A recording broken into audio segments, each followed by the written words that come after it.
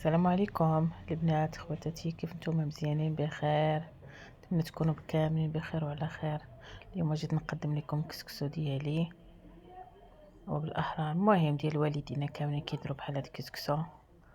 راه باينه الخضره ديال الكسكسو كامله شنو كاين.